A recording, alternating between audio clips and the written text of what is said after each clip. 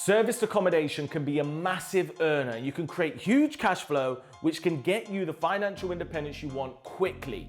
However, the tricky part is the management. And if you own a serviced accommodation or a property that you want to use as SA, or even if you're renting it, a problem that you're probably going to face is, should I use management? And if so, how do I pick the right one? Well, on this video, I'm going to share it all. Simon here, serviced accommodation specialist. And over the past 5 years, I've built a 7-figure serviced accommodation business of rent-to-rents, properties I don't own. But then I've reinvested that money into a 7-figure property portfolio of properties that I do own. I love serviced accommodation. And I think if you get it right, it's absolutely epic. The cash flow is great. It's really, really hands-off, but you've got to systemize it. And I speak to a lot of you. And you've got full-time jobs, you've got kids, and however you've got this SA unit, you ideally want to outsource the property management, to a serviced accommodation management company. Now keep in mind, this isn't going to be your standard letting agent. This is going to be a specialist company that specializes in serviced accommodation. But it's really hard to know how to choose one. And I also speak to a lot of you who invest remotely, and you could be down in London and you've got an SA in Liverpool, so you want a local management company to manage it for you. So I'm talking about managing the online listings, the channel manager, the check-ins, the checkouts, the guest complaints, the OTAs, the channel managers, the linen, like everything.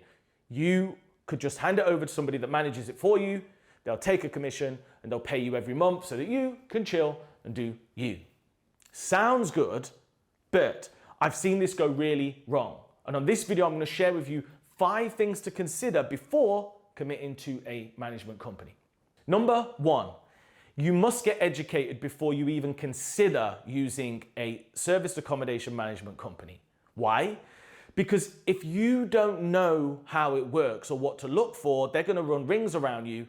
You're going to miss things. They're going to be able to charge prices. They're going to be able to have setups, and it's just going to go over your head. And if their strategy doesn't work, you're going to be left with the issue, and you're going to be left with poor cash flow.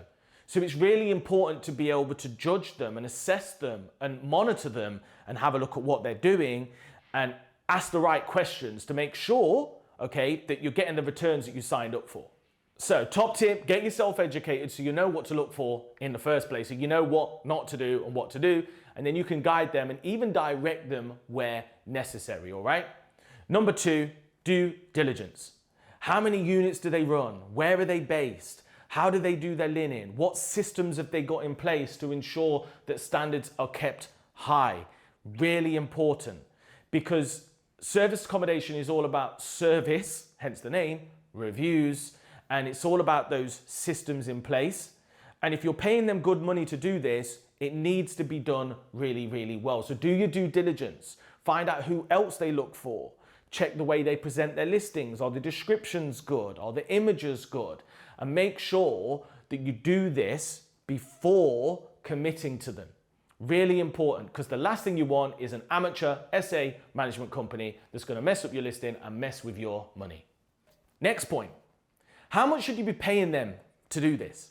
Well, average commission normally ranges from around 15 to 25% on average, some a bit more, some a little bit lower, but I'd be concerned if it was lower.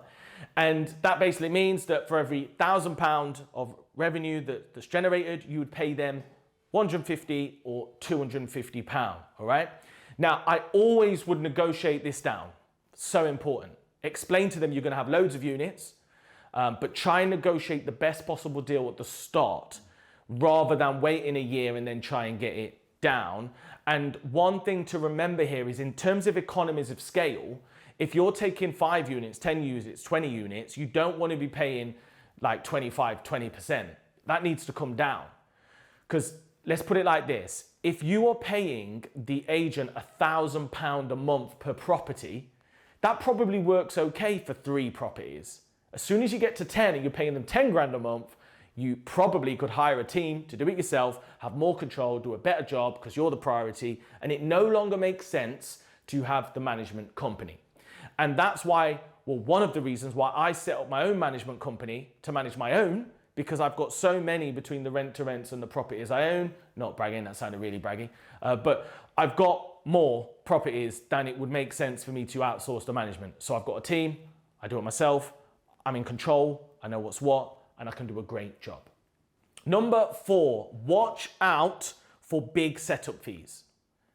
So some serviced accommodation management companies, they'll come round, they'll give you these forecasts, then they'll charge you 10, 12, 15,000 pounds to come in and set the property up and buy the furniture. And that is all well and good, but just be careful, because you might be able to do that for half the rate. And even if you're not physically doing it, it wouldn't be hard for you to curate a team that could do that. And just make sure that you're across what they're doing and you find out at the front end. Just don't be complacent and just step back and give them 15 grand when you could have done it for 5 grand. So that's a waste of money. So as well as the commission you're negotiating, make sure you find out about all the setup fees right from the beginning. And last but not least, number 5, and this is massive, okay? You need to own your own listings, okay? You need to own your own real estate. So what this means is, let's say you give the property to an agent, and let's say they manage it for 18 months and then you decide it doesn't work out. And let's say they did it on their accounts. They're gonna have 18 months of reviews, okay? 18 months of history, 18 months of performance. You can see the highs and lows. And then when they hand it back to you, that account's gone because you can't transfer it. So the way to do it is to set up your own listings and then sync them or link them to their channel manager. But you can see them at all time. You've got control of the listings. And if ever you decide to go it alone, because you will when you hit 3, 4 properties, remember, it's not going to work. Or if you ever decide you want to try a different management company, you're not starting from the beginning. I can't believe I just told you that. If you got value from this video, do me a favor. Hit the subscribe button. If you're not logged in, go log in, subscribe, hit the like button, comment below. Any questions, I check every single day. Thanks very much for watching. I hope you found this valuable, and I'll see you in the next one.